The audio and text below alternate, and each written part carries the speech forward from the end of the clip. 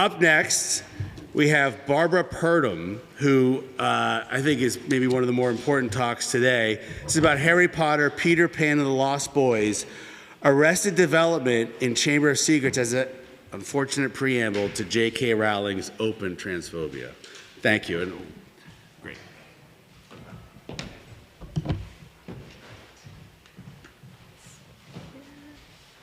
I don't have a fancy presentation for once with video or PowerPoint or anything. I'm just going to be reading from my iPad, although if it were to suddenly and mysteriously give up the ghost, I do have a paper copy that I can rely on, so fear not. We're not completely dependent on technology. And as complete disclosure, my biases are that for 10 years, I ran a religious organization dedicated to getting the word out that religious people supported full civil rights for sexual minorities, reproductive freedom, and separation of church and state.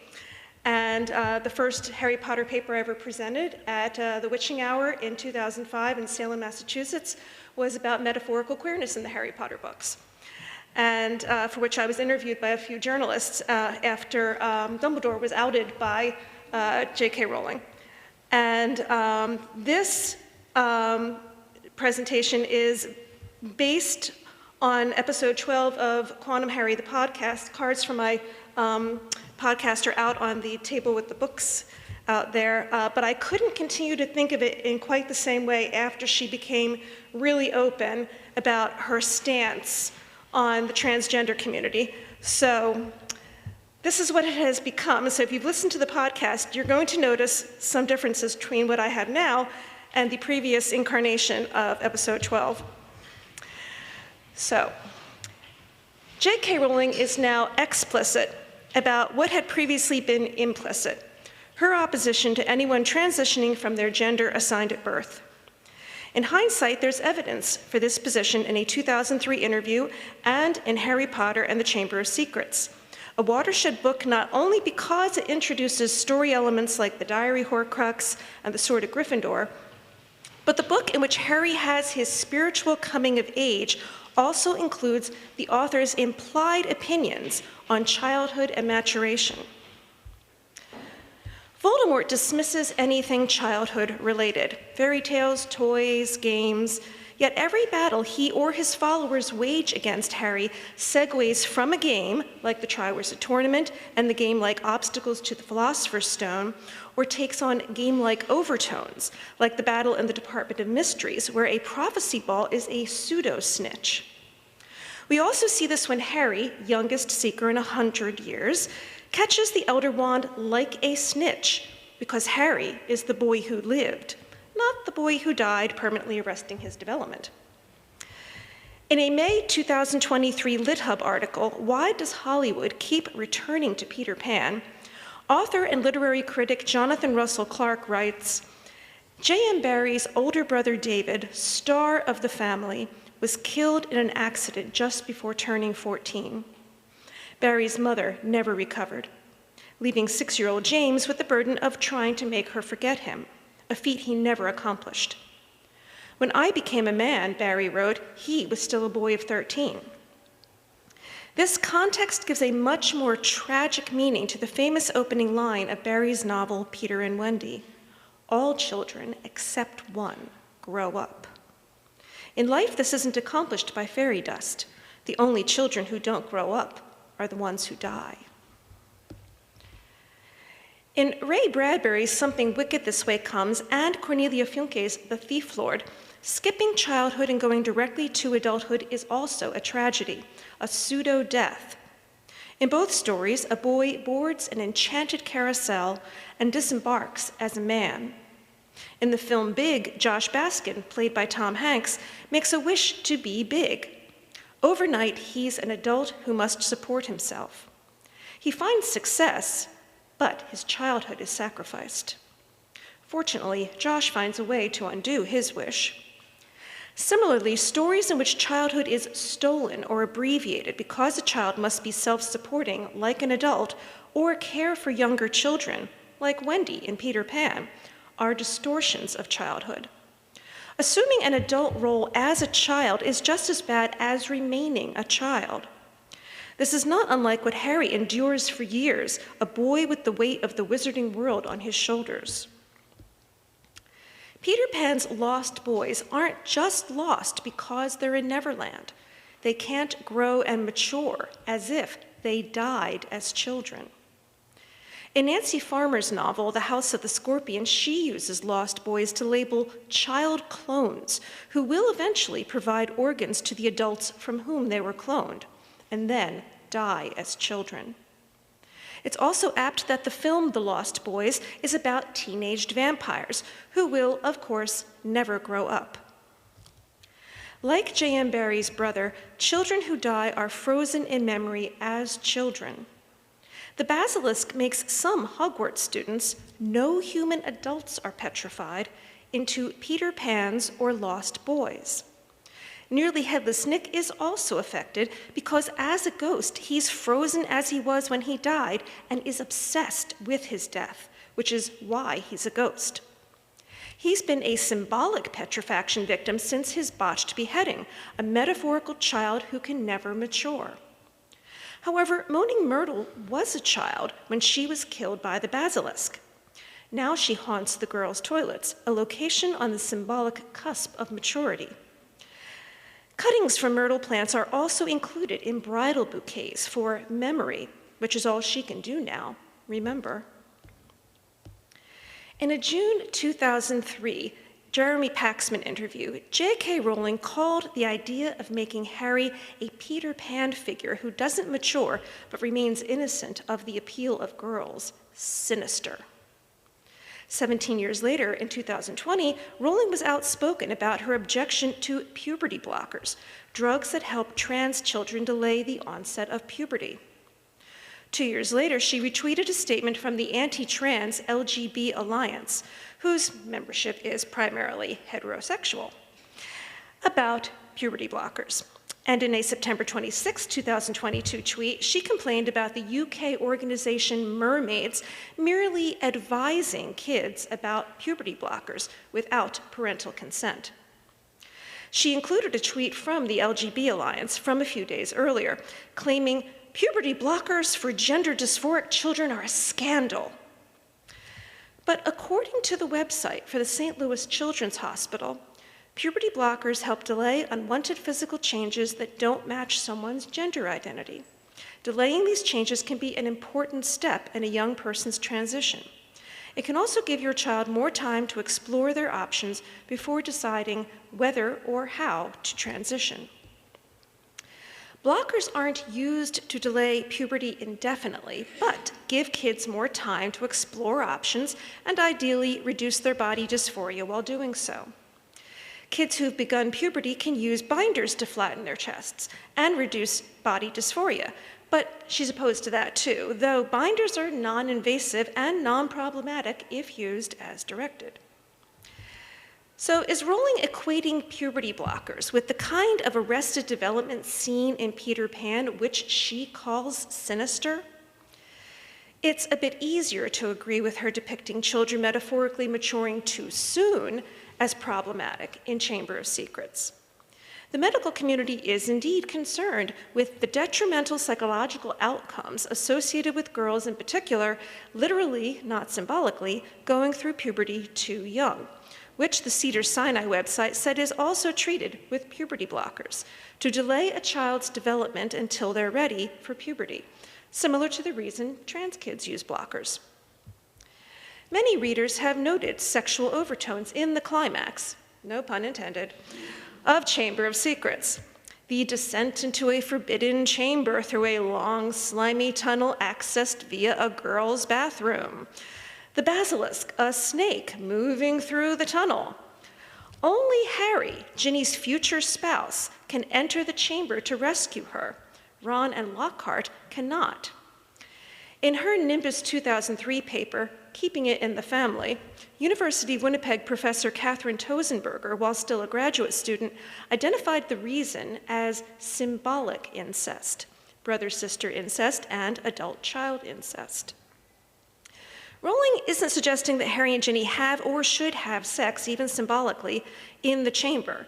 They're saved from the chamber, a symbol of sexuality to which they're subjected too soon.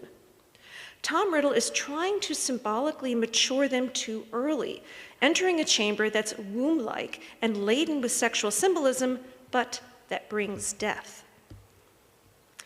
Other authors besides Bradbury and Funke seem to disapprove of children frozen in one form before they can make informed decisions about their futures. In Jane Langton's The Diamond in the Window, Eleanor and Eddie Hall, orphans who live with their late father's siblings, Aunt Lily and Uncle Fred, have mystical adventures without even leaving their Concord, Massachusetts home. In one adventure, a dream that's all too real, they're very small, walking across a dresser with angled mirrors repeating their images. They enter the mirror, and after walking for a while through the mirror maze, they find that their reflections aren't the same thing over and over. They're growing, aging, seeing potential futures, people they've not yet become. There are many more possibilities than what Ron sees in the mirror of Erised. They don't yet know what their heart's desires are. They haven't been frozen into these adults. There's only potential. In Langton's next book about the Halls, The Swing and the Summer House, Eddie and Eleanor's uncle by marriage, responsible for the first book's adventures, creates more magical adventures, on which he intends to safely guide them. He builds a 6-sided summer house and boards up one archway, painting "Keep Out" on the boards, though people can come and go through the other openings. But when he and Aunt Lily must suddenly leave on a trip, Eddie notices that a swing would be a good addition to the summer house and installs one. He and Eleanor soon learn how dangerous the summer house can be when their rebellious friend Oliver jumps on the swing, laughs at the "Keep Out" sign, and breaks through the boards, swinging through the archway and disappearing, as if he's penetrated the barrier between platforms 9 and 10 at King's Cross. Now, Eddie and Eleanor promised they wouldn't go through that archway, so they seek Oliver by swinging through the other openings. After going through 4, which take them to different worlds, they can't go through the 5th, just as Harry couldn't enter that one door in the Department of Mysteries. 4 openings have legends above them reflecting their various adventures. The one they can't enter is labeled "Your Heart's Desire." Both Langton and Rowling know how tempting this is. The forbidden archway, however, is labeled "Grow Up Now." Along with Oliver, 2 other characters are new to this book: Georgie Dorian, a 4-year-old who desperately wants to learn to read, and her widowed mother, with whom Uncle Fred is smitten. After an adventure with Eddie and Eleanor through one of the archways, she's aware of the summer house's magic and knows what the labels on the openings say because her friends read them to her and she memorized them. Believing that her reading problem would be solved if she were grown up, she goes through the "Keep Out" sign that Eddie rebuilt after Oliver disappeared. Like Ginny writing in her diary, Georgie is seduced by the promise of words. When Mrs. Dorian seeks her daughter through the forbidden archway, Eddie and Eleanor decide they have no choice but to follow. They've lost 2 friends, and now an adult is gone. Just as Harry knows that promising not to look for the Philosopher's Stone is moot when Voldemort might get it, they feel they have no choice but to break their promise. But when they swing through the archway, they're still in their own garden. They quickly realize, however, that it's not the world they know. And when they find Oliver, Georgie, and her mother, they've all become stone statues, as if they were petrified by a basilisk. Philip Pullman addresses Arrested Development in the His Dark Materials trilogy.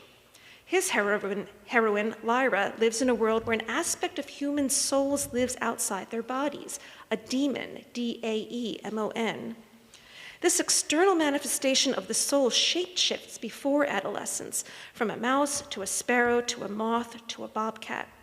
It's always non-human and can be mammal, reptile, bird, insect, or fish. It's nearly always by a person's side. When a demon moves too far away, the person becomes uncomfortable and twitchy, showing again the unnaturalness of splitting body and soul. In Lyra's world, religious authorities are trying to prevent children from maturing, seen both as they're becoming sexual beings and sentient moral beings, i.e., capable of immorality. This is indeed sinister. In a misguided attempt to save children from the sin stemming from spiritual and sexual awakening, these adults want to separate children from their demons. Adult survivors of this still experimental procedure are depicted as zombie-like, going through the motions of like, placid and obedient, as if under imperious. This is like another detail from Nancy Farmer's The House of the Scorpion, in which people called Eechits or zombies have chips in their brains to remove their volition. They no longer even eat or drink unless ordered to. They're perfect servants, unquestioning, obedient. 7 years earlier, Pullman wrote of a zombie being a slave created by the separation of a person from their demon. It has no will of its own. It will work day and night without ever running away or complaining. Uncle Fred is the opposite of an obedient servant or anyone frozen in one rigid form. He enters the forbidden chamber and saves the stone statue children, now including Eddie and Eleanor, plus Mrs. Dorian, by playing hide and seek, calling, come out, wherever you are." Like Dumbledore, he still values childhood. That this call also awakens Mrs. Dorian shows that she and Fred are kindred spirits. Despite Rowling foreshadowing the sinister comment about not wanting Harry to be a Peter Pan by writing a book rife with messages about the evil of freezing children as children, she fails to see that she's also created an apt analogy for someone knowing who they are better than anyone else, with the introduction of Polyjuice Potion in Chamber of Secrets. Harry and Ron use it to pose as Crabbe and Goyle and infiltrate the Slytherin common room, but they're still Harry and Ron. Hermione takes the potion after adding a hair from Millicent Bulstrode's cat and remains in the hospital wing to recover, but she doesn't think she is a cat just because she's furry and has a tail. She knows who she is. The same is true when she, Fleur, and Tonks take Polyjuice to be Harry decoys. Despite being in male bodies, they still know who and what they are. After leaving the chamber, Harry tells Dumbledore that the Sorting Hat said he'd have done well in Slytherin, and because he speaks Parseltongue, everyone thinks he's Slytherin's heir. Dumbledore says, "You can speak Parseltongue, Harry, because Lord Voldemort, the last remaining ancestor of Salazar Slytherin, can speak Parseltongue. Unless I'm much mistaken, he transferred some of his powers to you." Harry concludes that having this power means he should be in Slytherin, but Dumbledore reminds him that he asked not to be in Slytherin. This is framed as Harry's choice, but is it? It seems more likely that he always knew deep down who he was, and that's not a Slytherin, no matter how many people hear him speak Parseltongue and believe he's Slytherin's heir. It's because Harry knows exactly who he is that he has his spiritual coming of age in Chamber of Secrets. As I wrote in the Snitch, the Stone, and the Sword, Harry Potter the Alchemical Seeker, which is a chapter in the Alchemical Harry Potter, when Harry voices his belief in Dumbledore to Tom Riddle, Fawkes the Phoenix comes to him. This statement of faith and the response can be considered Harry's Pentecostal moment, his spiritual coming of age. Phoenixes burn up when they die but are reborn from the ashes, and the Pentecost story says that Jesus' disciples saw the Holy Spirit appear as tongues of fire on their heads. When this occurs, the story says that they received the ability to speak in other tongues, the flip side of the Babel story. Fawkes, intimately related to fire, serves as the Holy Spirit here. In Chamber of Secrets, there are multiple cases of arrested development. Myrtle, the petrifaction victims, Nick still moaning about his botched beheading half a millennium later. Unlike these examples, and unlike Peter Pan's perpetual youth, it's far from sinister for trans kids to delay the onset of puberty and greater body dysphoria until they're considered mature enough to know what they already know. They're not skipping childhood like characters in The Thief Lord, Something Wicked This Way Comes, or the film Big. They'll still experience adolescence, but hopefully as the correct gender, which they know instinctively, just as those who take Polyjuice know who they are despite appearances, just as Harry knew, despite the Sorting Hat, that he was not a Slytherin or a person who would use the killing curse. When Remus Lupin criticizes him for the disarming charm being his signature move, Harry stands his ground. Again, he knows who he is, and he's not ashamed of it. Harry's relatives tried to arrest his development by putting him in a cupboard to squash the magic out of him. But even when he wasn't conscious of it, in his brain, blood, and bones, he was a wizard. And when it was necessary, he defended himself magically. Like left-handed kids who know the first time they pick up a crayon, and like trans kids, he didn't need to be indoctrinated. Odysseus is told, gnoti sauton, know thyself. Harry never has to be told this. He already does. Harry's development is ultimately not arrested, though he was temporarily kind of dead. But despite growing up and becoming a father himself, Harry will also always be the boy who lived and the youngest seeker in 100 years, using a spell inherent to who he is, the disarming charm, to catch the Elder Wand like a snitch, a game piece, saving the wizarding world by knowing exactly who he has always been. Gnoti sauton, indeed.